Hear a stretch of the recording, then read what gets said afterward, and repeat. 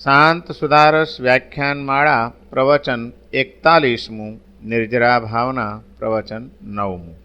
ઉચિતમાં કર સતિ દોરાદપી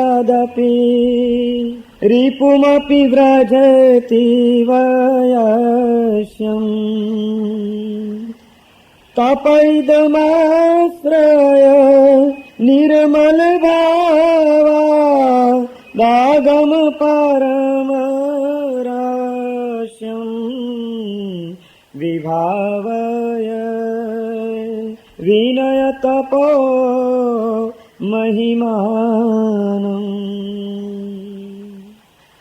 પરમ જ્ઞાની મહોપાધ્યાય વિનય વિજયજી મહારાજ આપણા જીવનની સમગ્ર અશાંતિઓના મૂળ તરીકે જળ એવા કર્મ પરમાણુઓ સાથે ચૈતન્યનો થયેલો સંબંધ એ જ એનું મૂળ કારણ છે. વાત સમજાવીને એ કર્મ પરમાણુઓ સાથેનો આત્માનો સંબંધ કઈ રીતે તૂટે, કેવી રીતે આત્મા એનાથી મુક્ત બની શકે, એ માટે 12 પ્રકારની સાધનાઓ આપણને બતાડી રહ્યા છે.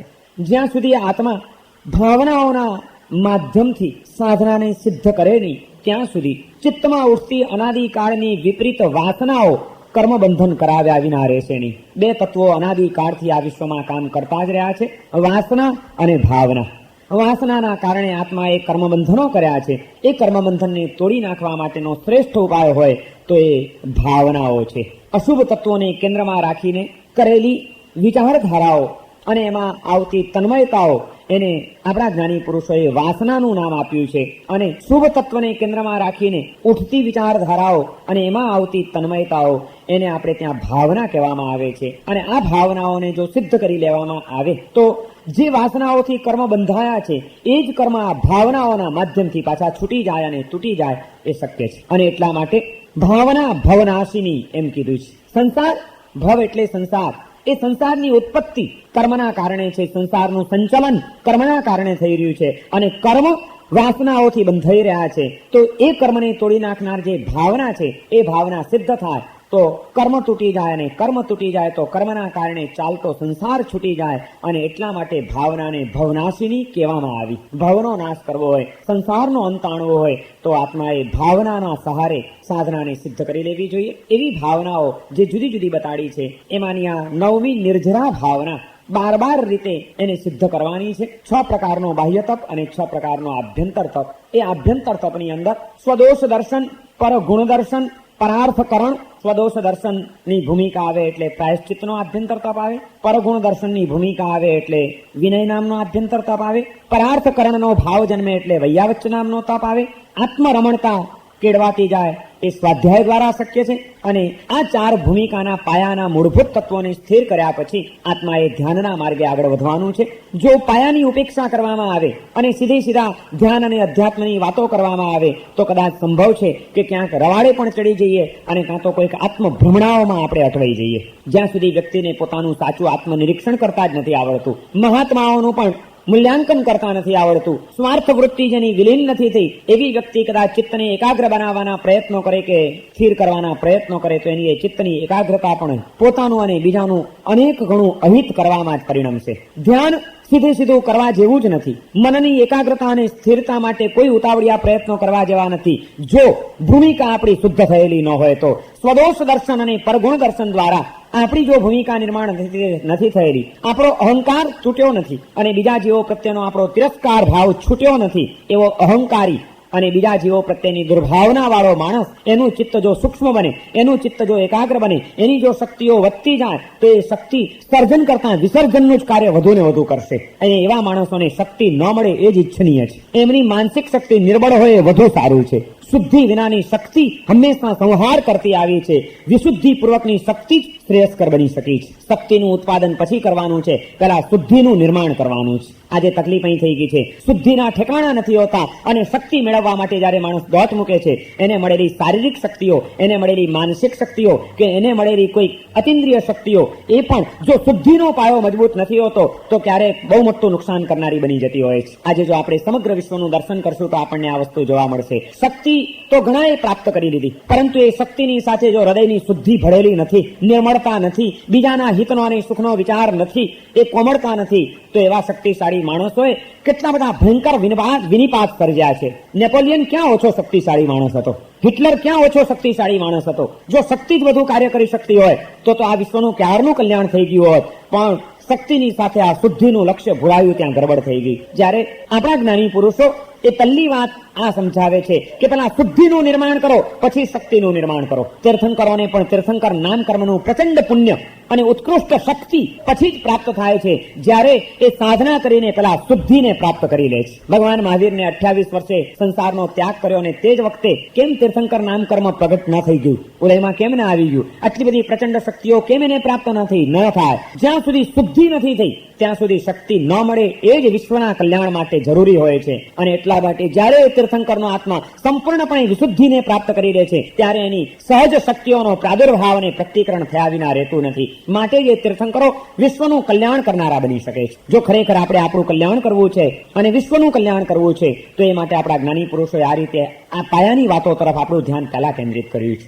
અને આ 12 પ્રકારની જે તપની સાધના છે એમાં પણ આ જ વસ્તુ આપણને જોવા મળે છે કે જ્યાં સુધી પ્રાયશ્ચિત્ત, વિનય, વૈયાવચ્ચ આ બધા ગુણો સિદ્ધ ન થયા હોય, એટલે કે પોતાનો અહંકાર ઓગળ્યો ન હોય, બીજા જીવો પ્રત્યેનો તિરસ્કાર છૂટ્યો ન હોય, સ્વાર્થ વૃત્તિનું વિલોપન થઈને પરાર્થકરણનો ભાવ કેળવાયો ન હોય, ત્યાં સુધી ધ્યાનનો અભ્યાસ પણ નુકસાનકારક બની શકે.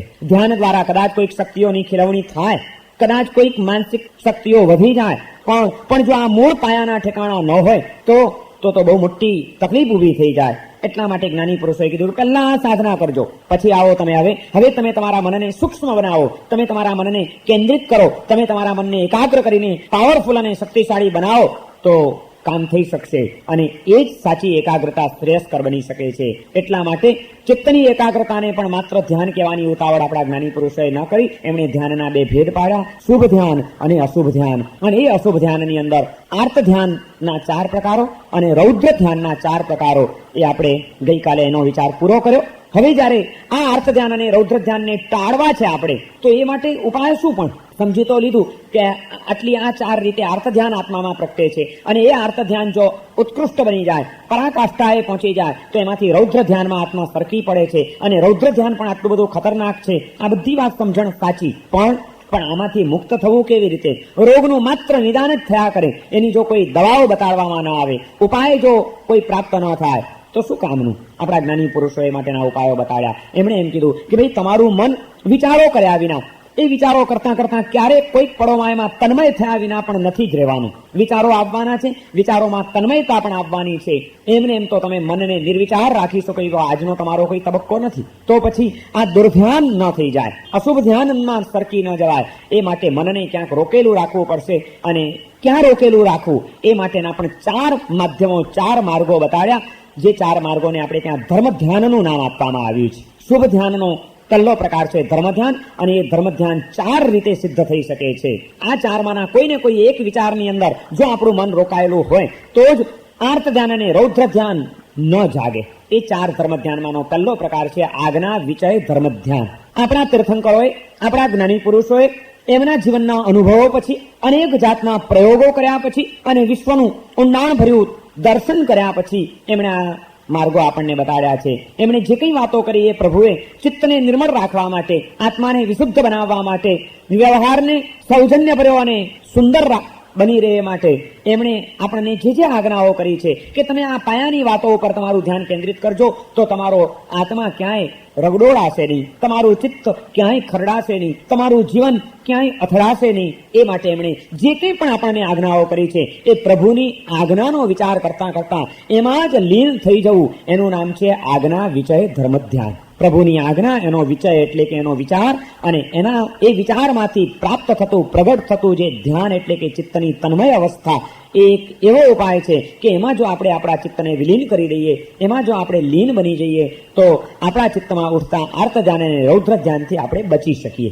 આ આજ્ઞા વિચય ધર્મ ધ્યાન કે મારા પ્રભુએ શું આજ્ઞાઓ કીધેલી છે, એમણે આ વિશ્વનું કેવું દર્શન મને કરાવ્યું છે, બસ આનો સતત વિચાર કરતા રહીએ. એ પહેલો ઉપાય છે. એનો પણ આપણે ગઈકાલે વિચાર કર્યો કે જેવો મારો આત્મા છે એવો જ સૌનો આત્મા છે. પ્રભુની આ પહેલી આજ્ઞા હતી કે તું કોઈ પણ જીવની સાથે કોઈ પણ પ્રકારનું વર્તન કરે ત્યારે તું તારી જાત સાથે વર્તન કરી રહ્યો છે કે બીજા જીવો પાસેથી તું તારી માટે અપેક્ષા રાખી રહ્યો છે કેવી છે એનો વિચાર કરીને તું બીજા જીવોની સાથેનો વ્યવહાર કરજે. તને શું ગમે છે, બીજા તારી સાથે કેવી રીતે વર્તે તો તને ગમે છે, તું બીજાઓ પાસેથી શું ઈચ્છે છે, તારે તારી જાત માટે કરવું હોય તો તું શું કરે એનો તું વિચાર કરજે અને એવો જ વ્યવહાર તું સર્વ જીવો પ્રત્યે કરજે. એ આપણા પ્રભુની પહેલી આજ્ઞા છે.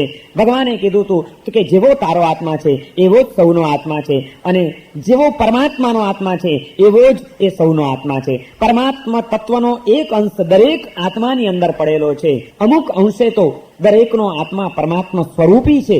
માટે કોઈ પણ જીવની સાથે કોઈ પણ પ્રકારનો વ્યવહાર કરું ત્યારે મારે એ ભૂલવું ન જોઈએ કે આ પણ હું એક પરમાત્મા સ્વરૂપી ચૈતન્યની સાથેનો એક વ્યવહાર કરી રહ્યો છું. આનામાં પણ એક પરમાત્માનો અંશ પડેલો છે. આ ભગવાનની પહેલી આજ્ઞા છે. આનો વિચાર કરતા કરતા એમાં જ્યારે આપણે તન્મય બનીએ છીએ ત્યારે સહજપણે આપણા ચિત્તના સંકલેશો શમી જાય છે, બીજા જીવો પ્રત્યેની દુર્ભાવનાઓ ટળી જાય છે, આપણો અહંકાર ઓગળી જાય છે અને આપણે એ કોઈક દિવ્ય સ્વરૂપની અંદર લીન બનવાની ભૂમિકાને સિદ્ધ કરી શકીએ છીએ. પરંતુ આ કંઈ સહેલું નથી.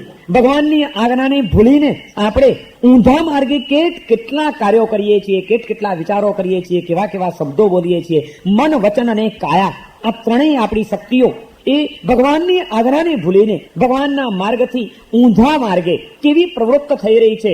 અને એ રીતે જો આપણે આ મન, વચન, કાયાને પ્રવૃત્ત રાખ્યા કરીએ તો એના કેટલા બધા ભયંકર નુકસાનો છે એનો વિચાર કરવો એ બીજા પ્રકારનું ધર્મ ધ્યાન છે. એનું નામ છે અપાય વિચય ધર્મ ધ્યાન.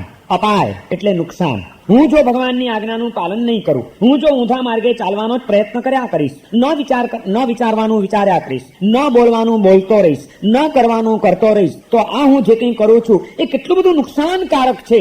એ આત્મચિંતન કરીને કરવા જેવું મેં શું નથી કર્યું, ન કરવા જેવું શું કરી રહ્યો છું, આને આજે જે કરી રહ્યો છું એના દ્વારા મને અહીં જ શું એના નુકસાનો આવવાની શક્યતાઓ છે. એ અપાય એટલે નુકસાન. એ નુકસાનનો વિચાર કરતા કરતા એમાં પણ આપણે જયારે લીન બની જઈએ છીએ ત્યારે આપણા ચિત્તમાં ઉઠતા આર્ત ધ્યાન અને રૌદ્ર ધ્યાનને તોડી નાખવાની એક શક્તિ આપણને પ્રાપ્ત થાય છે. એનાથી આપણું ચિત્ત બચી જાય છે અને ધર્મ ધ્યાન એ વિચારો એ આપણું ધર્મ ધ્યાન બની જાય છે. ક્રોધ કરવો તો ગમે છે, સારો લાગે છે, કરીએ છીએ ત્યારે બધાને એકદમ દબાવી દેવાની મજા આવે છે. કોઈક જયારે ચૂપ થઈ ગયો અને બરોબર આપણાથી દબાઈ ગયો એટલે અંદરમાં તો મજા આવી જાય છે કે કેવો વટ પડી ગયો, ચૂપ કરી નાખ્યો અને 1 મિનિટની અંદર. પણ તે વખતે આપણા જ્ઞાની પુરુષો કે છે કે ઉભો રે, તું જેમ એનાથી લાભ વિચાર્યા માટે એના તરફ તારું આકર્ષણ વધતું જાય છે, એમ ક્રોધ દ્વારા શું નુકસાનો થઈ શકે છે એનો કોઈ દિવસ વિચાર કર્યો છે? એનો પણ વિચાર કરી લે કે આ ક્રોધ દ્વારા સંબંધો કેવા બગડે છે, ક્રોધ દ્વારા મૈત્રીનો અને પ્રેમનો કેવો નાશ થાય છે, ક્રોધ દ્વારા શરીર ઉપર એની કેવી ઇફેક્ટ, કેવી અસરો પડી શકે છે. એ આ ક્રોધ કસાય એ આરોગ્યને માટે કેવું નુકસાનકારક છે, એ કુટુંબ જીવનની સ્વસ્થતા માટે કેવું ઘાતક બની શકે છે, એ આત્માની દ્રષ્ટિએ પણ કેવું અશાંત બનાવનાર છે. આ જે મેં કાર્ય કર્યું, આ મારું કાર્ય એમાં લાભ વધારે હતા કે નુકસાન વધારે હતા, એના અપાયોનું ચિંતન કરવું અને એ અપાયોનું ચિંતન કરતા કરતા એનું અન્વેષણ કરતા કરતા એમાં જયારે આપણે ઊંડા ઉતરીએ છીએ ત્યારે એ વિચારોમાં ક્યાંક કોક પોઈન્ટ એવો આવી જાય છે કે જ્યાં આગળ આપણે ઉભા રહી જવું પડે છે અને ઉભા રહીને એનું ઊંડાણથી વિચાર કરતા કરતા ત્યાં આગળ આપણે વળી પાછા લીન બની જઈએ છીએ. આ અપાયોનું ચિંતન, કેવા એનાથી નુકસાનો શક્ય છે અને એવા નુકસાનો હું ભાન ભૂલો બનીને કેવી રીતે મારા જીવનમાં ઉભા કરી રહ્યો છું, આ વિચાર જો પ્રબળ બને તો એ વિચાર પણ આપણું ધર્મ ધ્યાન થઈ જાય. કારણ કે એ વિચારની તન્મયતા ચોક્કસ આપણા એ કસાય ભાવોને, આપણી એ વાસનાગ્રસ્તતાને એ થોડોક પણ આંચકો આપ્યા વિના રહેશે નહીં. અને જ્યાં એ અનાદિકાળના કુસંસ્કારો, દુષ્ટ ભાવનાઓ, અનુચિત વૃત્તિઓ એ બધાને જ્યાં ઘસારો લાગે છે ત્યાં કર્મની નિર્જરા છે. અને એક જીવનો સ્વભાવ છે કે જેમાં એને નુકસાન દેખાશે એ નુકસાનની પ્રવૃત્તિ એ ક્યારેય પણ કરશે નહીં, જેમાં એને લાભ દેખાશે એવી પ્રવૃત્તિ કર્યા વિના એ રહેશે નહીં. તમે જોઈ લો, આપણા મનનું જો આપણે અન્વેષણ કરશું તો આપણે એવી જ પ્રવૃત્તિઓ કરવા માટે તત્પર બની શકીએ છીએ, તૈયારી દાખવી શકીએ છીએ કે જેમાં આપણને કંઈક લાભ દેખાતો હોય. લાભ વિના કોઈ દિવસ માણસ કોઈ પ્રવૃત્તિ કરતો નથી જો એને લાભ ન દેખાતો હોય તો.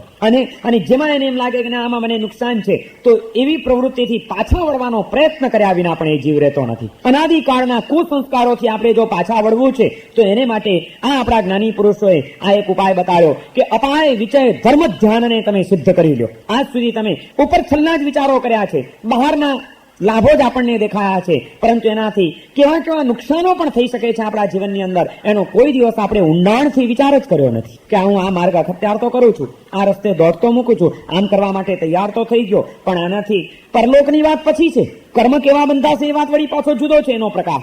પણ અહીં જ એનાથી કેવા નુકસાન છે, એનાથી મારી શાંતિ વધે છે કે અશાંતિ વધે છે? હા, માયા કરવી ગમે છે, કોઈકને ઉલટો સુલટો સમજાવવામાં મજા આવે છે, એનાથી મને કંઈક લાભ પણ થતો દેખાય છે, પરંતુ જરાક સ્વસ્થતાથી વિચાર કરવા દે કે જે થોડાક લાભો દેખાયા એની સામે નુકસાનો પણ કેટલા છે. આ ઊંધું ચત્તું કરનાર માણસના ચિત્તમાં ક્યારે પણ શાંતિ હોઈ શકે ખરી? સતત એના મનમાં તો ગડમથલ ચાલ્યા કરતી હશે, મેં કોકને કંઈક સમજાવ્યું છે, આને આમ સમજાવ્યું છે, આને આમ સમજાવ્યું છે, ક્યાંક એ બે ભેગા થશે તો મારી પોલ તો બહાર નહીં પડી જાય ને, બધું ઉઘાડું તો નહીં પડી જાય ને, આમાં આપણી ઇજ્જત શું રહેશે? સતત એ માણસ ચિત્તમાં અશાંત હોય છે, ઊંડે ઊંડે પણ થોડોક ભયભીત હોય છે, અને એ કરવા દ્વારા ક્યાંક જયારે એ પ્રગટ થઈ જાય છે ત્યારે એની પ્રતિષ્ઠાને તકો પહોંચે છે. એના દ્વારા એના વ્યવહારિક જીવનને પણ ઘણા બધા નુકસાનો થવાની શક્યતાઓ ઊભી થઈ જાય છે. એના કરતા જેનો વ્યવહાર સરળતા ભર્યો છે, જેનો વ્યવહાર સૌજન્ય ભર્યો છે, જેનો વ્યવહાર શુદ્ધિ ભર્યો છે, એને કોઈ નુકસાન થવાની શક્યતા નથી, મનથી એ નિશ્ચિંત હોય છે, એની ઇજ્જતને કોઈ દિવસ ધક્કો પહોંચવાની કોઈ શક્યતા નથી, પરિણામે એની એક સારી પ્રતિષ્ઠા ઊભી થાય છે. તો વ્યવહારિક દ્રષ્ટિએ પણ સરવાળે એમાં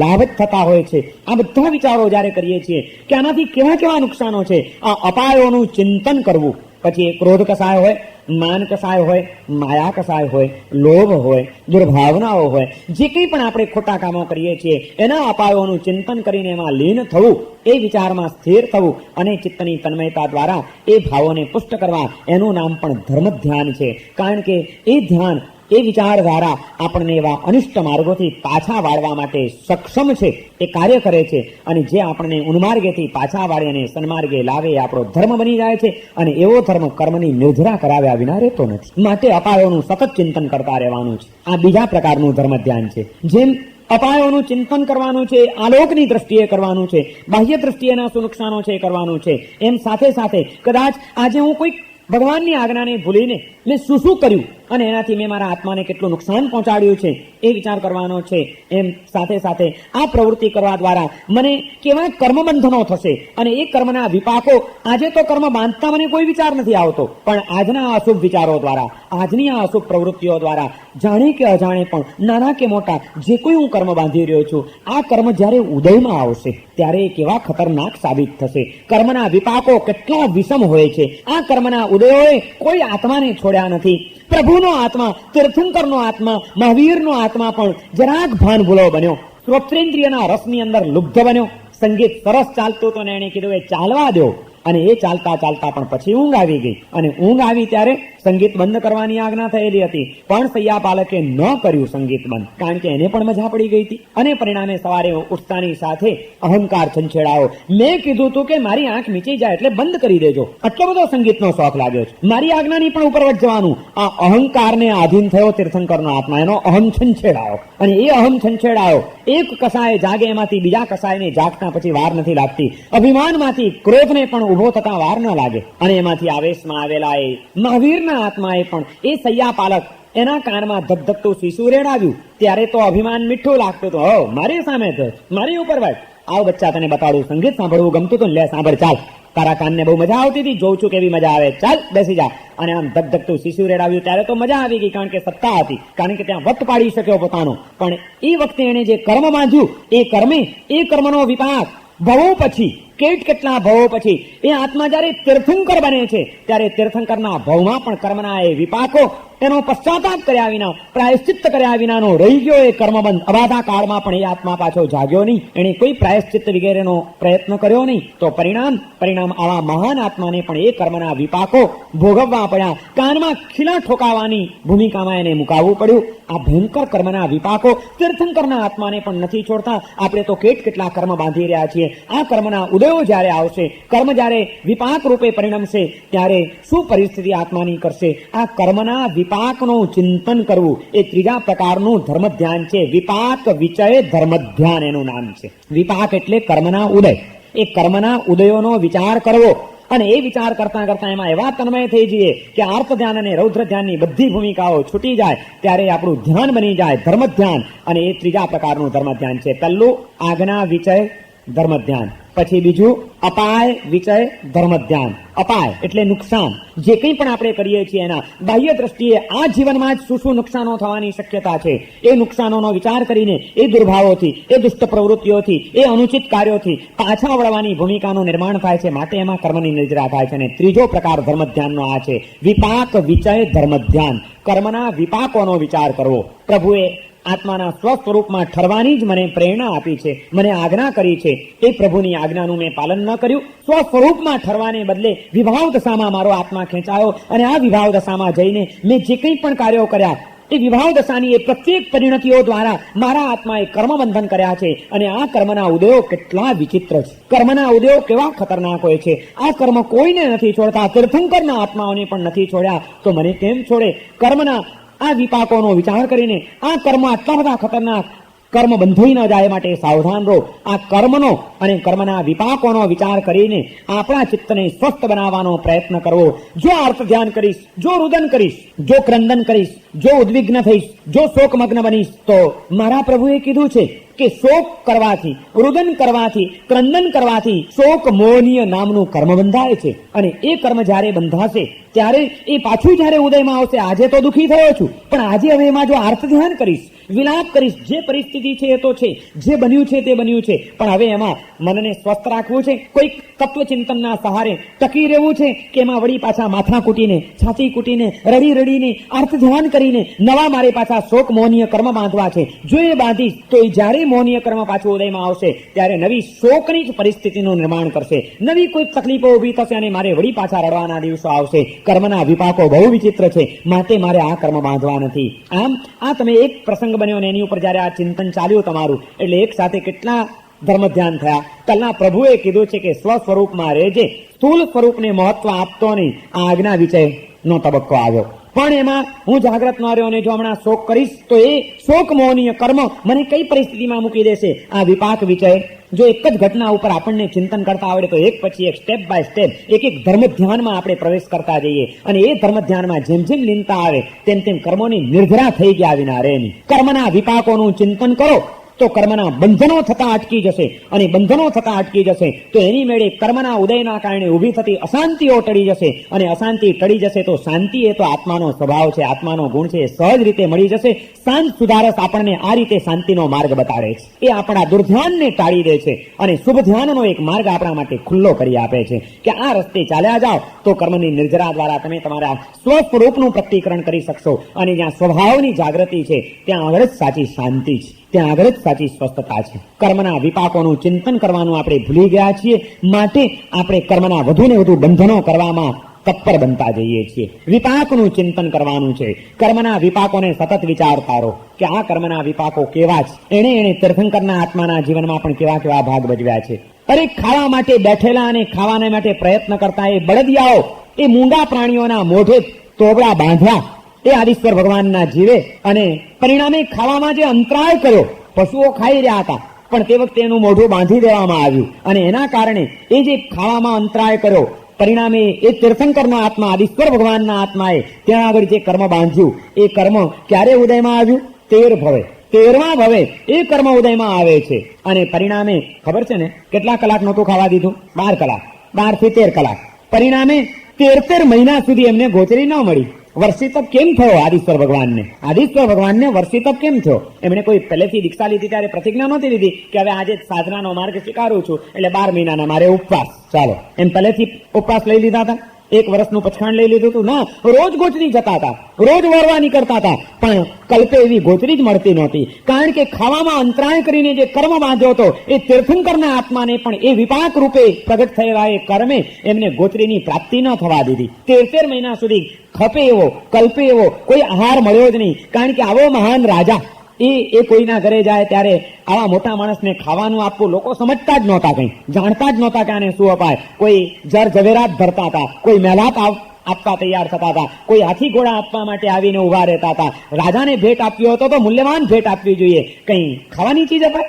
અને રોજ ફરતા જ રહ્યા. શ્રેયાંશ કુમારે જયારે શેરડીનો રસ વરાવવાની તૈયારી દેખાડી ત્યારે એમનું પારણું થયું. માટે આપણે ત્યાં વર્ષી તપની પ્રણાલિકા ચાલી. વર્ષી તપની આરાધના કરનાર તપસ્વીઓ જો 12 મહિના ભૂખ્યા રહેશે એકાંતરા ઉપવાસો કરીને, પણ એ 12 મહિનામાં કર્મના વિપાકોનું ચિંતન કરીને, કર્મના વિપાકો કેટલા વિચિત્ર છે. તીર્થંકર પ્રભુ ભગવાન આદિનાથને જેમના તપ ધર્મની પ્રતીક રૂપે હું આજે આ તપશ્ચર્યા કરું છું, એ મારા પ્રભુને આ કર્મે રવાડે ચડાવ્યા હતા. એમને પણ કર્મે નહોતા છોડ્યા. માટે મારેથી ક્યાંય કોઈ કર્મ બંધાઈ ન જાય, કારણ કે કર્મના વિપાકો ખૂબ વિચિત્ર છે. આ વિપાક વિશે ધર્મ ધ્યાન કરતા જો ન આવડે તો વર્ષી તપ સાચો થયો કહેવાય. આપણો તપ ફરી કહું છું, ભૂખ મરો નહીં બનાવી દેતા. આ બાહ્ય તપ કરીને એ ખાવાના જે કલાકો બચાવ્યા છે તે વખતે આગના વિશે ધર્મ ધ્યાનનો કોઈ પ્રયત્ન કરજો. અપાય વિશે ધર્મ ધ્યાનને પ્રગટાવવાનો પ્રયત્ન કરજો. કર્મોના વિપાકોનો વિચારતા આત્માને જાગૃત બનાવીને વિપાક વિશે ધર્મ ધ્યાન દ્વારા કર્મની નિર્જરા કરવાનો પ્રયત્ન કરજો. અને આવો એક વર્ષી તપ થાય તો મને એમ લાગે છે કે જીવનના દેદાર બદલાઈ જાય. પછી એ ગમે તેવા કર્મો બાંધવા માટે તૈયાર ન થઈ શકે. એ પછી સમજે કે કોઈકને કટુ વચન કહીશ તો એનાથી પણ એક કર્મ બંધાવાનું છે. કોઈકનો આત્મા કકડી ઉઠે એવું કોઈ વર્તન કરીશ, એવો કોઈ અણગમો દેખાડીશ, એવી કંઈક વિચિત્ર પ્રવૃત્તિ કરીશ તો પણ મને કર્મ બંધાવાનું છે. અને કર્મના ઉદયો ખૂબ વિચિત્ર છે. આ કર્મના વિપાકો આપણાથી સહન થાય એવા નથી. માટે સાવધાન જોજે આત્મા કોઈ કર્મ બંધાઈ ન જાય. વર્ષી તપ કરનાર તપસ્વીનું જીવન કેટલું જાગૃતિપૂર્ણ બની જાય અને એ ધર્મ ધ્યાનના કારણે એનું જીવન કેટલું બધું પાપ પ્રવૃત્તિઓથી અને અશુભ વૃત્તિઓથી ઉઘરી જનારું હોય. એવો આત્મા શું પ્રાપ્ત ન કરી શકે? એને કઈ શક્તિઓ ન ખીલી ઉઠે એની? વિનય વિજયજી મહારાજ આ 9મી નિર્જરા ભાવનામાં તપ ધર્મનો મહિમા ગાય છે. વિભાવય વિનય તપો મહિમાનમ. એ વિનય પોતાના આત્માને કહે છે કે હે વિનય, આ તપના મહિમાનો તો વિચાર કર કે આ તપનો મહિમા કેટલો મહાન છે. વાંછિત મા કરશતિ દૂરાદપી રિપુમપી વ્રજતી વયસ્યમ. આવો તપ ધર્મ શું કરે? વાંછિત મા કરશતિ. આવા તપ ધર્મની આરાધના કરનારને એવી લબ્ધિઓ પ્રગટ થાય છે, એવી શક્તિઓ પ્રગટ થાય છે, એવી સિદ્ધિઓ પ્રગટ થાય છે. કારણ કે તપ એના આત્માની શુદ્ધિ કરે છે. અને જ્યાં આત્માની નિર્મળતા થઈ શુદ્ધ આત્મદ્રવ્ય ખીલતું જાય છે ત્યાં આત્મા તો અનંત શક્તિનું નિધાન છે. આત્મા અચિંત્ય શક્તિઓનો પુંજ છે. એવું આત્મદ્રવ્ય જયારે પૂર્ણ રૂપે અને શુદ્ધ સ્વરૂપે ખીલતું જાય ત્યારે એની શક્તિઓનો આવિષ્કાર અને આવિર્ભાવ થયા વિના રહે નહીં. માટે એને લબ્ધિઓ અને શક્તિઓ તપ દ્વારા પ્રગટ થાય એમ કહેવાય છે. ચમત્કાર નથી, આત્મશક્તિનું પ્રસ્ફુરણ છે, આત્મશક્તિઓનો આવિર્ભાવ છે. અને એટલા માટે તપ ધર્મનો મહિમા ગાતા વિનય વિજયજી એમ કહે છે કે વાંછિતમાં આકર્ષતિ. એવો તપસ્વી તપ ધર્મના પ્રભાવે શું પામે? એની વાંછિતનું આકર્ષણ થાય, જે ઈચ્છે એ થાય.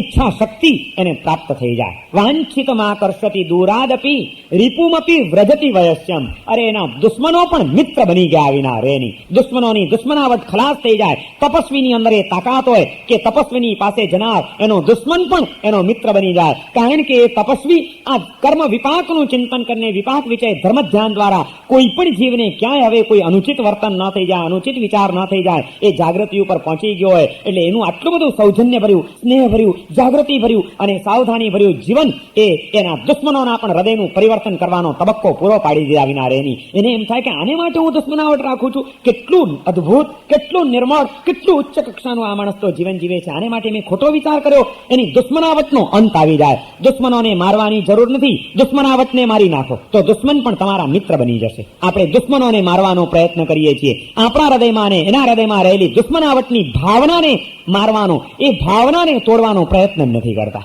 એ પ્રયત્ન થાય છે વિપાક વિષય ધર્મ ધ્યાન દ્વારા. અને માટે વિનય વિજયજી મહારાજનું આ પરિણામ બતાડે છે કે તપસ્વીના જીવનની અંદર વાંછિતનું આકર્ષણ થાય છે. દુશ્મન પણ મિત્ર બની જતા હોય છે. રિપુમપી વ્રજતી વયસ્યમ. દુશ્મન પણ મિત્ર બની જાય. તપ ઇદમ આશ્રય નિર્મલ ભાવાદ. એ ક્યારે બને? એ માટે વિનય વિજયજી મહારાજ પ્રેરણા કરે છે કે એવા તપને તપમિદમ આશ્રય, એનો આશરો લે. આ તપ ધર્મના શરણે ચાલ્યો છે. આવા તપ ધર્મના કેવી રીતે? નિર્મલ ભાવાદ. નિર્મળ ભાવથી, હૃદયના વિશુદ્ધ ભાવથી જો આ તપ ધર્મને આરાધી લેવામાં આવે તો એ તપ ધર્મ, એ સાધનાનું મહત્વ શું છે?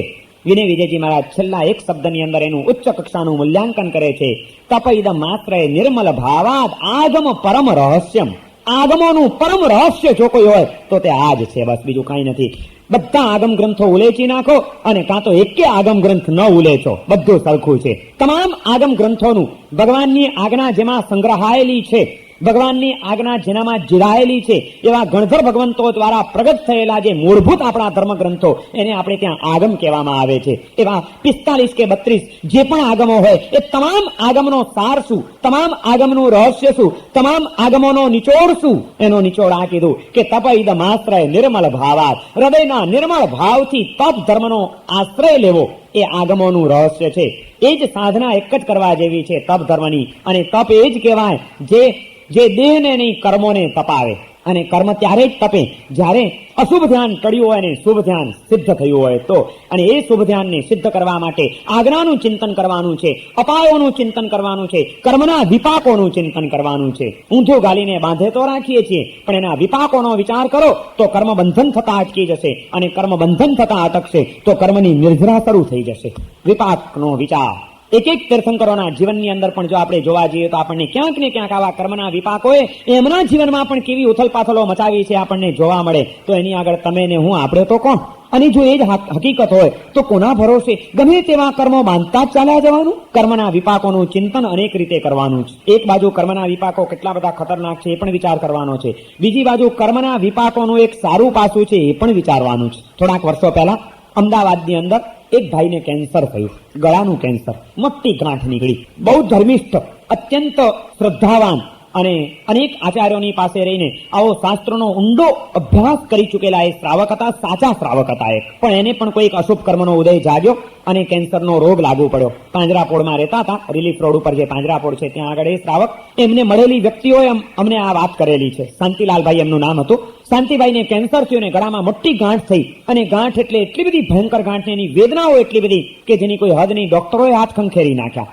કોઈ એને મટાવી શકે એવી કોઈની તાકાત નહોતી. અને ગાંઠ પાકી ગઈ ને પરુને એમાં કીડા પડી ગયા હતા. ડોક્ટર આવીને ડ્રેસિંગ કરી જાય, સાફ કરી જાય, પણ અંદર કીડા સરવડે ને એની જે વેદના ખાઈ ન શકે, માથું ફાટ થાય, ભયંકર વેદના. પણ આવી વેદનાની વચ્ચે પણ એ શાંતિલાલભાઈ બિલકુલ સ્વસ્થ હતા. એમના સ્વજનો એમની ખબર કાઢવા જાય, કોઈ સાધુ મહારાજ એમને મંગલિક સંભળાવવા જાય, ત્યારે પણ જુઓ તો શાંતિભાઈ સ્વસ્થ હોય અને હસતા હોય. ત્યારે કોઈક એમને પ્રશ્ન પૂછ્યો કે શાંતિભાઈ, આટલો ભયંકર રોગ તમારો, આવી મોટી ગાંઠ, તમે ખાઈ નથી શકતા, તમે પી નથી શકતા, તમે ભયંકર વેદનાઓથી પીડાઓ છો, તમારું માથું દુખી રહ્યું છે, આ ગળાની ગાંઠમાં કીડા પડી ગયા છે, એની પણ તમને એ પાકની કેટલી વેદના છે, તમારા શરીરમાં તાવ ધકે છે, અને તે છતાં તમે આટલા બધા સ્વસ્થ કેમ છો? તમે આજે પણ હસો છો? ત્યારે શાંતિભાઈ કે હા ભાઈ, હું સ્વસ્થ છું, બિલકુલ સ્વસ્થ છું. હું આ પથારીમાં પડ્યો કર્મનું ચિંતન કર્યા કરું છું, અને એમાંથી મને અદ્ભુત શાંતિ મળે છે. કર્મના વિપાકોનું ચિંતન કરું છું, હું વિચાર કરું છું કે આ રોગ એમને એમ આવ્યો નથી. મારા જ જીવાત્માએ ક્યાંક ભાન ભૂલા બનીને ક્યારેક કોઈક કર્મ બાંધ્યું હશે ચોક્કસ, અને એ કર્મનો ઉદય આજે આવ્યો છે. કર્મના ઉદયો જો બાંધતી વખતે મેં વિચાર નહોતો કર્યો તો આજે જયારે ગુનો કર્યો છે, સજા ભોગવવાની આવી છે. હસતા હસતા ગુનો કર્યો હતો તો સજા પણ હસતા હસતા જ ભોગવી લેવી જોઈએ. એમાં કોઈને દોષ દેવાય નહીં, એમાં ખોટા રોદણા રડાય નહીં, એમાં અશાંતિ કરું. આજે રડવા બેસું તો મેં આચાર્ય મહારાજની પાસે આ શાસ્ત્રોનું શ્રવણ કર્યું છે, અને એમાં મેં એ સાંભળ્યું છે કે જો તે વખતે આપણે અશાંત થઈએ અશુભ કર્મના ઉદયમાં પણ તો નવા કર્મ બંધાય છે. અને આજના કર્મોનો તો આ નતીજો ભોગવી રહ્યો છું, વળી પાછી નવી ભૂલ કરીને નવો દુઃખનું સર્જન હું કરું? આ કર્મના વિપાકોનું ચિંતન મને અસ્વસ્થ બનવા નથી દેતું. હું શાંતિથી આને ભોગવી રહ્યો છું. અને સૌથી મોટી વાત તો હું કર્મનો પણ બહુ મોટો ઉપકાર માનું છું. મને કર્મની પ્રત્યે પણ કોઈ નફરત નથી થતી, પણ હું તો કર્મનો ઉપકાર માનું છું કે કર્મની પણ કેટલી મોટી બે મહેરબાનીઓ છે આપણી ઉપર. માણસ બીમારીમાં પણ કેવું તત્વચિંતન કરી શકે એનો આ એક જીવતો દાખલો છે. બીમારીમાં અશુભ ચિંતન પણ થાય, આર્ત ધ્યાન પણ થાય, અને બીમારીમાં પડેલો, મોતની નજીક પહોંચેલો, અનેક જાતની રીબામણોથી રીબાતો માણસ પથારીમાં પડ્યો પણ કેવું ધર્મ ધ્યાન કરી શકે એ પણ આપણને આમાં જોવા મળે છે. કદાચ કોઈ શાસ્ત્રમાં જોવા ન મળે એવું એક તત્વચિંતન એમણે મોતની પથારીમાં પડ્યા કર્યું હતું. શાંતિભાઈ કે ભાઈ, હું તો આ પથારીમાં પડ્યો વિચાર કરું છું, એમાંથી મને કર્મની પણ બહુ મોટી બે મહેરબાનીઓ દેખાણી છે કે આ કર્મ પણ કેટલું બધું મહેરબાન છે, આપણી ઉપર એની કેટલી રહેમ છે કે એ આપણા માટે આટલો સારો વર્તાવ કરે છે. બોલો, કર્મની બે મહેરબાનીઓ કઈ કોઈ દિવસ વિચાર કર્યો છે? કર્મ ખરાબ છે તો આપણે બધાએ બહુ વિચાર્યું, કર્મ ખતરનાક છે બહુ વિચાર્યું, કર્મ રંજાડે છે બહુ વિચાર્યું, પણ અશુભ કર્મની પણ બે મહેરબાનીઓ છે આપણી ઉપર. શાંતિભાઈ કે હું એક જ વિચાર કર્યા કરું છું કે આ કર્મની કેટલી મોટી મહેરબાની કે કર્મ બંધાયા પછી તરત ને તરત ઉદયમાં આવતું નથી. એ આપણને એક તક આપે છે અબાધા કાળ દરમિયાન. આ એની મહેરબાની. આજે બાંધ્યું તરત ઉદયમાં આવતું હોત તો આપણા હાથમાં બાજી જ ન રહેત, કઈ મુસીબત ઉભી થઈ જાત. પણ કર્મ કેટલું સારું છે કે આપણને એક તક આપે છે કે ભાઈ હજી એક તક છે, અબાધા કાળ તારો ચાલે છે, જાગ્રત બની જા, પશ્ચાતાપ કરી લે, પ્રાયશ્ચિત્ત કરી લે, કંઈક શુદ્ધિનો પુરુષાર્થ કરી લે. તો ભલે ત્યાં આજે ભાનભૂલા બનીને કર્મ બાંધ્યા છે, છતાં હું ચૂપચાપ તારામાંથી ચાલ્યો જઈશ બહાર તારા ઘરમાંથી, તને જરાય રંજાડ્યા વિના. એમ એણે આપણને એક તક આપી. એક એની પહેલી મહેરબાની કે તરત ને તરત ઉદયમાં આવતું નથી. આ કર્મની પહેલી મહેરબાની છે. અને બીજું, જ્યારે પણ ઉદયમાં આવે છે, શાંતિભાઈએ એમ કીધું કે કર્મ જ્યારે પણ ઉદયમાં આવે છે ત્યારે એ માત્ર ઉદય રૂપે જે પરિણામ દેખાડવાનું એ દેખાડે છે, પણ કયા કર્મ આજે ઉદયમાં આવ્યા છે, કયું પાપ મેં કર્યું છે, પાપને પ્રગટ કરતું નથી આ કર્મ. એની મોટી મહેરબાની. દાખલા તરીકે એણે કીધું કે જેમ કર્મ ઉદયમાં આવે ત્યારે અહીંયા આગળ આપણું પાપ પણ લખાઈ જતું હોય ભેગું જ. તો શાંતિભાઈ કે તમે બધા મારી ખબર પૂછવા આવો છો, મારી સેવા કરો છો, મારી પ્રત્યે લાગણી દેખાડો છો એટલા માટે કે કર્મ મારા પાપને ખુલ્લા કરતા નથી. માટે જો અત્યારે મારું પાપ પણ ભેગું અહીં લખાઈ જતું હોત તો લોકો મારી ઉપર નફરત કરત કે આ માણસે આ ખૂની છે, આ લબાડ છે અને આ પાપ કર્યું હતું. કર્મ ઉદયમાં આવે છે, પણ કયા પાપથી આ કર્મ બંધાયું છે, પાપને કર્મ પ્રગટ નથી કરતું, એને દબાવી રાખે છે. એની કેટલી મોટી મહેરબાની કે તો મારી બધાની મારા તરફ પૂણી લાગણી છે. નહીં તો જો મારા પાપો પણ એની સાથે જ ખુલ્લા થઈ જતા હોત, અહીંયા આગળ જો લેબલ લાગી જતું હોત કે આજે દુઃખ ભોગવી રહ્યો છે આ કર્મના કારણે છે, તો એ મારા પાપોને જોઈને કોઈ મારી સામું પણ જોવાનું પસંદ ન કરત. એવા ભયંકર પાપો મેં ભાવાંતરમાં બાંધ્યા છે ક્યાંક. પણ કર્મની મોટી મહેરબાની છે કે મારું બધું ઢાંકી રાખે છે, પાપને પ્રગટ કરતું નથી, માત્ર ઉદયમાં આવીને ચાલ્યું જાય છે. આથી એની ઓછી મહેરબાની છે. હું આ દુઃખને રડું કે મારા પાપ ખુલ્લા નથી થતા, માટે તમારા સૌની લાગણીઓ મને મળી રહી છે એનો હું આનંદ માણું. તમારા સૌના આટલા બધા પ્રેમ, આટલી સહાનુભૂતિ, આટલી લાગણી, કેટલા લોકો મારી ખબર કાઢવા આવે છે. મહારાજ સાહેબો આવીને મને મંગલિક સંભળાવી જાય છે, એ વાસક્ષેપ નાખીને મને આશીર્વાદ આપી જાય છે. આ આંસુ ઓછી તક છે એ બધું કોના થકી છે? તો તમારા બધાનું આ જોઈને એનો રાજીપો માણું ને એનો આનંદ માણું કે હવે દુઃખ આવ્યું છે ને રોદણા રડા કરું. હું તો કર્મની મોટી મહેરબાની માનું છું કે કર્મે આ બે મને તકો આપી. એક તો અવાધા કાળ દરમિયાન જાગૃત થવાની એક તક આપે છે, અને બીજું જ્યારે ઉદયમાં આવે ત્યારે દુઃખ રૂપે પ્રગટ થાય છે પણ પાપને પ્રગટ કરતું નથી. આ બસ કર્મના બે વિપાકો. આ કર્મની આ બે ઘટનાઓનો વિચાર કરું છું ત્યારે મનની અંદર એક આશ્વાસન મળે છે, એક સ્વસ્થતા મળે છે અને આનંદ મળે છે. માટે મને કોઈ અશાંતિ નથી. કર્મના વિપાકોનું પણ ચિંતન કેવી રીતે કરી શકાય?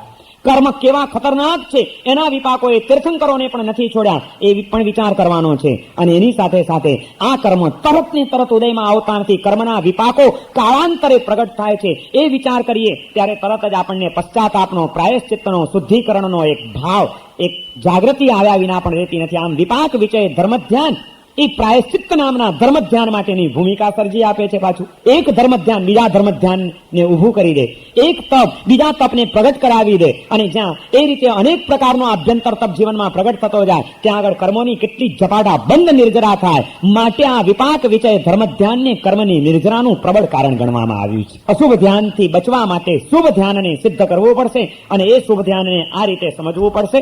આજ્ઞા વિષય ધર્મ ધ્યાન, અપાય વિષય ધર્મ ધ્યાન, વિપાક વિષય ધર્મ ધ્યાન. કર્મના વિપાકો હંમેશા વિચારતા રહો. પોતાના જીવનમાં પણ, કોઈકના જીવનમાં પણ જ્યારે કર્મના વિપાકો જુઓ ત્યારે એમાંથી જાગૃત બનતા રહો.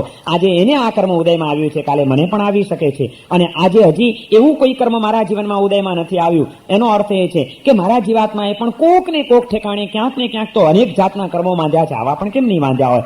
એની શુદ્ધિનો કોઈ ઉપાય છે, એના પ્રાયશ્ચિત્તનો કોઈ ઉપાય છે, એમાંથી મુક્ત થવાનો કોઈ ઉપાય છે. આજે મારો કોઈક અબાધા કાળ ચાલી રહ્યો દેખાય છે, લાવ એ અબાધા કાળને સફળ બનાવી લઉં. આ પ્રેરણા અને આ પુરુષાર્થ કરવાની તક આપણને મળે છે જો કર્મના વિપાકોનું ચિંતન આપણે કરતા થઈ જઈએ તો. એટલા માટે વિપાક વિષય ધર્મ ધ્યાન એ આપણી કર્મની નિર્જરાનું પ્રબળ કારણ બની શકે છે. અને ચોથું ધર્મ ધ્યાનનો પ્રકાર છે સંસ્થાન વિષય ધર્મ ધ્યાન. જેમ પ્રભુની આજ્ઞાનો વિચાર કરવાનો છે અને એ આજ્ઞાનો વિચાર કરીને પોતાનું આત્મચિંતન કરવાનું છે કે સ્વભાવ દશામાં રહેવાની પ્રભુએ આજ્ઞા કરી છે. હું આજે મારા સ્વભાવમાં છું કે વિભાવમાં છું એનો વિચાર કરીએ ત્યારે આપણું આત્મચિંતન આવે છે, સ્વભાવ દશાનું પ્રત્યકરણ થાય છે. અપાયોનું ચિંતન કરીએ એટલે આપણે આપણા કુસંસ્કારોથી બચીને આત્માના શુદ્ધ સ્વરૂપને પ્રગટ કરી શકીએ છીએ. માટે અપાય વિશે ધર્મ ધ્યાન પણ આપણને આત્મનિષ્ઠ બનાવવામાં પરિણમે છે. વિપાકોનું ચિંતન કરીએ ત્યારે આ બધી પૂતગલની માયા છે. હકીકતમાં આત્મા તો એ પૂતગલથી અલિપ્ત છે, પણ આજે આત્મા પોતાનું આત્મત્વ ભૂલ્યો, માટે એવા પરના પનારે પડ્યો અને આ બધી વિષમતાઓ ઉભી થઈ ગઈ છે. અને એ પર તત્વના વિપાકો કેટલા વિષમ છે એ વિચાર કરીએ ત્યારે એનાથી દૂર રહેવાનું, એનાથી છુટકારો મેળવવાનું અને વળી પાછું આત્માના મૂળભૂત સ્વરૂપને પ્રાપ્ત કરવાનો તબક્કો આવે છે. માટે વિપાક વિષય ધર્મ ધ્યાન પણ આત્મનિષ્ઠ બનાવવામાં ઉપયોગી બને છે. અને ચોથું છે સંસ્થાન વિષય સંસ્થાન. એટલે કે વિશ્વની ગોઠવણી, વિશ્વનું ચિંતન કરવાનું છે કે પ્રભુએ આ વિશ્વની રચના કેવી બતાડી છે. 14 રાજલોકમય જે આ વિશ્વ છે એમાં આ તીર્છાલોક છે, ઉપર ઉર્ધ્વલોક છે, નીચે નરક વગેરેનો અધોલોક છે. આ ઉર્ધ્વલોક, અધોલોક અને તીર્છાલોક, આ 3 તબક્કાની અંદર જે સમગ્ર વિશ્વ ગોઠવાયેલું છે એમાં મારો આ જીવાત્મા કેવા કેવા ભવ ભ્રમણ કરતો રહ્યો છે ચારેય ગતિની અંદર. એ અનેક વાર દેવલોકમાં ગયો, કેટલી વાર એને માનવ જીવન પણ ધારણ કર્યા. ક્યાંક ક્યાંક એને અર્થ ધ્યાન કરીને જે કર્મો બાંધ્યા એના કારણે વિચિત્ર અને વિષમ એવી આ પશુ સૃષ્ટિની અંદર તિર્યંચ ગતિમાં પણ એ આથડી આવ્યો, રખડી આવ્યો અને કેટલીય વાર રૌદ્ર ધ્યાનના પરિણામે નરક ગતિના આયુષ્ય બાંધીને નારકીના પણ ભયંકર દુઃખો એને સહન કર્યા છે. આ 4 ગતિમય વિશ્વ કેવું છે, દેવ, તિર્યંચ, નરક અને મનુષ્ય, આ ચારેય ગતિની રચના કેવી છે, ત્યાં આગળ જીવનું કેવું ભવ ભ્રમણ ચાલી રહ્યું છે અને એમાં મારા જીવાત્માએ કેવા કેવા ભવો પ્રાપ્ત કર્યા છે અને આજે હું ક્યાં આવ્યો છું. આખું આ વિશ્વનું ચિંતન કરીને સંસ્થાન જે આખી વિશ્વની ગોઠવણી છે એ વિશ્વનું ચિંતન જ્યારે આપણે કરીએ અને એ વિચાર કરતા કરતા કરતા કરતા એમાં જ્યારે આપણે લીન બની જઈએ ત્યારે આપણું અશુભ ધ્યાન ટળી જાય છે. નારકીના એ ભયંકર દુઃખો આપણને ક્યાંય અર્થ ધ્યાનમાં અને રૌદ્ર ધ્યાનમાં સરકી ન પડાય એ માટે વળી સાવધાની આપે છે. નાની નાની વાતોની વધુ પડતી મન ઉપર અસર લેવાની આપણી ટેવો, એ ટેવો મને પેલા આ તિર્યંચના ભવોમાં લઈ જશે. તિર્યંચ ગતિનું દર્શન કરવાનું, એક એક પશુઓને જોતા જાઓ અને એના ત્રાસનું દર્શન કરતા જાઓ કે આ બિચારો એ પણ મારી જેવો એક આત્મા છે, પણ આજે આ કૂતરાના ભવમાં ઠોકાઈ ગયો છે અને આ કૂતરાઓની શું હાલત થાય છે અમે જોઈએ છીએ બિચારાને. એક રોટલાના ટુકડાની ખાતર કેટલી લાચારીઓ, પૂંછડી પટપટાવતા ફરવાનું, ઘરે ઘર અપમાનો સહન કરવાના, હટ હટ હટ કરતો કરતા એના બધા કાઢે, ન નીકળે તો દંડો પડે. કેવી બિચારાની કરુણતા છે. આવી કરુણતા મેં પણ અનુભવી છે. તિર્યંચ ગતિના દુઃખો, એ કોઈ ગધેડાને ચાલ્યો જતો જુઓ અને તમારું ધર્મ ધ્યાન શરૂ થઈ જાય કે આ એવી ગતિ છે જે ગતિમાં મારો આત્મા પણ અનેક વાર જઈ આવ્યો હશે. અને આજે આ બિચારા ગધેડાની હાલત શું છે? રોજ ડફડા જ ખાવાના કુંભારના, માટીઓ ઉપાડવાની, ઈંટો ઉપાડવાની, ભાર વહન કરવાના, ખાવાનું કઈ નહીં મળે, ગમે ત્યાં રજડી રખડીને ક્યાંયથી પણ પેટ ભરી આવવાનું અને ટાઈમ થાય એટલે માલિક તરત જ ડચકારા બોલાવતો એને લઈ આવે અને એની ઉપર માલ ભરીને એને દોડાવે આંફી જવાનું, માર ખાવાનું, પાંચડા નીકળી જાય ને ઉજરડા પડી જાય એની ચિંતા એનો માલિક કરતો નથી, ખાવાનું આપતો નથી અને જિંદગી બેહાલ બનીને વિતાવવી પડે છે. આ તિર્યંચ ગતિના દુઃખો, તિર્યંચ ગતિ આટલી બધી દુઃખ છે. આવી તિર્યંચ ગતિમાં અર્થ ધ્યાનના કારણે જવું પડે છે. ભૂલે ચૂકે ક્યાંક મારું અર્થ ધ્યાન ન થઈ જાય, નહીં તો આ તિર્યંચ ગતિની અંદર મારે ચાલ્યા જવું પડશે. આ વિચાર કરતા કરતા એ સંસ્થાન વિષય જે જીવોના સ્થાન છે તે જીવોના તે સ્થાનનો વિચાર કરવાનો અને એ સ્થાનનો વિચાર કરતા કરતા એના દ્વારા તત્વચિંતનમાં જ્યારે આપણે સરકી પડીએ ત્યારે આપણા આત્માને એક નવી જાગૃતિ મળે છે અને એ જાગૃતિ આપણને કર્મની નિર્જરા કરાવ્યા વિના રહેતી નથી. અને એ સંસ્થાન વિષય ધર્મ ધ્યાન કરતા કરતા છેવટે 14 રાજલોકનું ચિંતન કરીને, ચારેય ગતિનું ચિંતન કરીને પંચમ ગતિનો વિચાર કરવાનો છે કે જ્યારે આત્મા આ જાગૃતિ પૂર્વક આ ચારેય ગતિમાંથી મુક્ત બને તો 14 રાજલોકના છેડે જે અનંત સિદ્ધોનું સ્થાન છે, સિદ્ધશિલા, એ જ મારું ઓરિજિનલ ઘર છે. આજે મારા ઘરને ભૂલીને બહાર ભટકી ગયો છું અને બહાર ભટકવામાં અશાંતિ છે, ઘરમાં આવવામાં શાંતિ છે. હું અશાંતિ આજે અનુભવી રહ્યો છું એનું કારણ મેં મારા ઘરને છોડી દીધું છે. 14 રાજલોકમાં ભટકી રહ્યો છું, પણ 14 રાજલોકના અંતે જે સિદ્ધશિલા છે, જે અનંત સિદ્ધોનું સ્થાન છે, એ જ મારું સ્થાન છે. જ્યાં સુધી મારા શુદ્ધ આત્મ સ્વરૂપને પ્રાપ્ત નહીં કરી લઉં, જ્યાં સુધી અનંત સિદ્ધોની એ જ્યોતમાં મારી જ્યોતને હું ભેળવી નહીં દઉં, ત્યાં સુધી દુઃખ અને દુઃખ છે, એ સિવાય બીજું કંઈ નથી. મારે જો દુઃખમાંથી મુક્ત થવું હોય તો આ 14 રાજલોકમય જે વિશ્વ છે એ વિશ્વમાંથી મારે મુક્ત થઈ જવું જોઈએ. 14 રાજલોકના અંતે ઉપરનું જે મારું મૂળભૂત સ્થાન છે એ સ્થાનને મારે પ્રાપ્ત કરી લેવું જોઈએ. કેટલો વિશાળ આ વિશ્વ છે, વિશાળ આ વિશ્વમાં હું ક્યાં ક્યાં કેવો ભટકી રહ્યો છું અને એની ઉપર ક્યાં મારું પોતાનું ઓરિજિનલ સ્થાન છે. આ બધો વિચાર આ સંસ્થાન વિષય ધર્મ ધ્યાનમાં કરતા કરતા જ્યારે અનંતા સિદ્ધોનો આપણે વિચાર કરીએ, એ સિદ્ધોના સહજ સ્વરૂપનો આપણે વિચાર કરીએ, એ પણ આ સંસ્થાનમાં જ છે, 14 રાજલોકમાં જ છે. અને એ અનંતા સિદ્ધોના સિદ્ધ સ્વરૂપનો વિચાર કરતા કરતા કરતા કરતા એમાં લીન થઈ જઈએ ત્યારે સિદ્ધ સ્વરૂપનું ધ્યાન આપણને આપણા આત્મ સ્વરૂપનું પ્રકટીકરણ કરાવી દીધા વિના રહે નહીં. અને જ્યાં આત્મ સ્વરૂપની જાગૃતિ છે ત્યાં કર્મની નિર્જરા છે. સંસ્થાન વિષય ધર્મ ધ્યાન પણ છેવટે આપણને આત્મ સ્વરૂપની સિદ્ધિમાં, આત્મ સ્વરૂપની અનુભૂતિમાં લઈ જાય છે.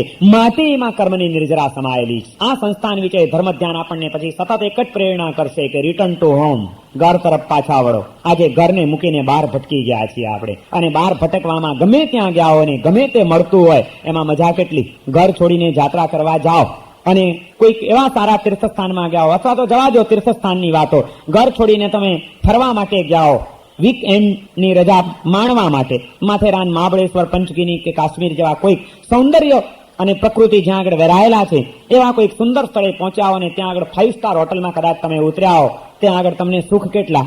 ઘરમાં કદાચ ન માણતા હોય એવી સાહેબી ત્યાં ખરી કે નહીં? ખરી. પણ ત્યાં કેટલા દાડા રહો? 2 દાડા, 4 દાડા, 5 દાડા. પછી એ બધું હોવા છતાં યાદ શું આવે? ગમે એટલા બહાર ગયા અને ત્યાં આગળ ગમે એટલા સુખ હોય પણ માણસને ખબર છે કે આ મારું ઘર નથી, હું પારકાના ઘરમાં, પારકાના સ્થાનમાં છું. અને ત્યાં 4 દાડા સારું લાગે પણ પછી છેવટે તો ઘર યાદ આવે ને. અને ત્યાંથી પાછા વળો અને ઘરે આવો ત્યારે સાચું હાસ ઘરમાં જ થાય છે. એમ આ સંસારમાં સાચો હાસનો અનુભવ કરવો હોય તો આપણું જે ઘર છે ત્યાં પહોંચશું ત્યારે સાચું હાસ થશે ને સાચી શાંતિ થશે. બાકી બહાર આજે કદાચ તમારા પુણ્યના ઉદયો ચાલતા હોય ને ગમે એટલા સુખો પણ મળ્યા હોય પણ એ સુખમાં પણ સાચી મજા. સંસ્થાન વિશે ધર્મ ધ્યાન આપણને કહે છે કે ઘર તરફ પાછા વળો. બહાર જવામાં કદાચ સુખ હશે, શાંતિ નહીં હોય. સુખ અને શાંતિની આ ભેદરેખાને સમજવું બહુ જરૂરી છે. સુખના સાધનો મળવા માત્રથી સુખની અનુભૂતિઓ થઈ જતી નથી. સુખના સ્થાનો મળવા માત્રથી શાંતિની પ્રાપ્તિ થઈ જતી નથી. સાચું સુખ અને સાચી શાંતિ તો ઘરમાં ઠરવામાં છે, બહાર ભટકવામાં નહીં. આજે આપણે અશાંત છીએ એનું કારણ એ છે કે આપણે આપણા ઘરને ભૂલીને બહાર ભટકી ગયા છીએ. અને બહાર ગમે એટલું મળતું હોય તે છતાં સમજવું જોઈએ કે આ બધું ભાડુતી છે. 5 સ્ટાર હોટલનો કમરો પણ તમારો કે ભાડુતી? એમ આ સંસારની અંદર મળતા સુખો એ આપણા કે ભાડુતી? કોકને આપેલા હોય એ ભાડુતી કહેવાય. આ સુખો કોણે આપ્યા છે તમને? આજે જે કંઈ પણ સુખો મળ્યા છે એ કોનાથી મળ્યા છે? કોનાથી મળ્યા છે? કર્મે આપ્યા છે. કર્મે. એ તો ત્યાંય તમે કહેશો કે અમારા પૈસાથી અમે મળ્યા છે, પણ તોય તમારું ના કહેવાય. તમારા પૈસા હોય તો કર્મના ઉદયથી જ સુખો મળ્યા છે. એટલે કે એ ભાડુતી છે, કોકની મહેરબાનીથી મળ્યા છે. એ ધારે તો હમણાં તમારી પાસેથી ઝૂંટવી પણ શકે. એ હોટલનો માલિક ધારે તો તમને તરત જ બહાર કાઢી પણ શકે કે ભાઈ કમરો ખાલી કરો. એમ કે નહીં કે તમે કહો કે પણ હું પૈસા આપું છું, કે નથી જોઈતા તારા પૈસા, ખાલી કરો, તો તમારે કરી દેવો પડે. એમ કર્મના ઉદયથી મળેલા સુખો એને ગમે ત્યારે તમારે ખાલી કરવા પડે છે. એ કે કર્મ સત્તા કે બેટા હવે ચાલ્યો જ અહીંથી, બસ બહુ સુખ થઈ ગયું, તારું રવાનો થાય અહીંથી, એટલે રવાના થઈ જવાનું. કર્મની મહેરબાનીથી મળતા સુખોને આપણા કેમ માની શકાય? અને એમાં રાજી થવા.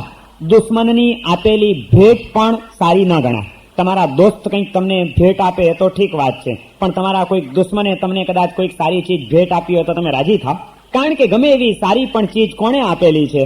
દુશ્મનની આપેલી ભેટ છે.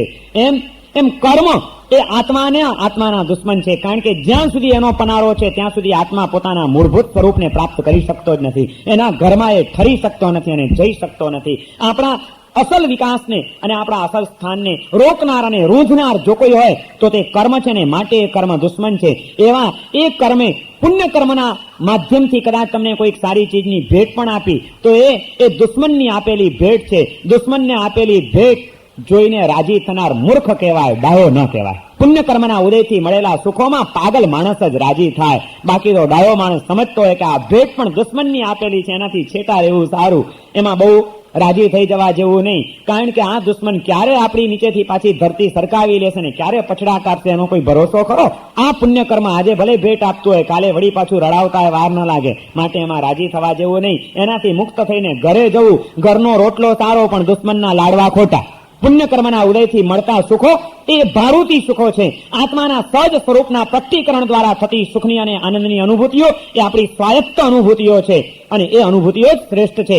માટે મારે કર્મના વિપાકોથી અને આ 14 રાજ લોકના પરિભ્રમણથી મળતા સુખમય એવા પણ સંયોગોમાં રાચવા જેવું નથી. સંસ્થાન વિષય ધર્મ ધ્યાન આપણને આપણા ઘરનું ભાન કરાવે છે અને સતત એ જાગૃતિ કેળવાવે છે કે ઘર તરફ પાછા વળો. Return to home. જવું છે ઘરે પાછા? ધર્મ ધ્યાન એને માટેનો શ્રેષ્ઠ ઉપાય છે.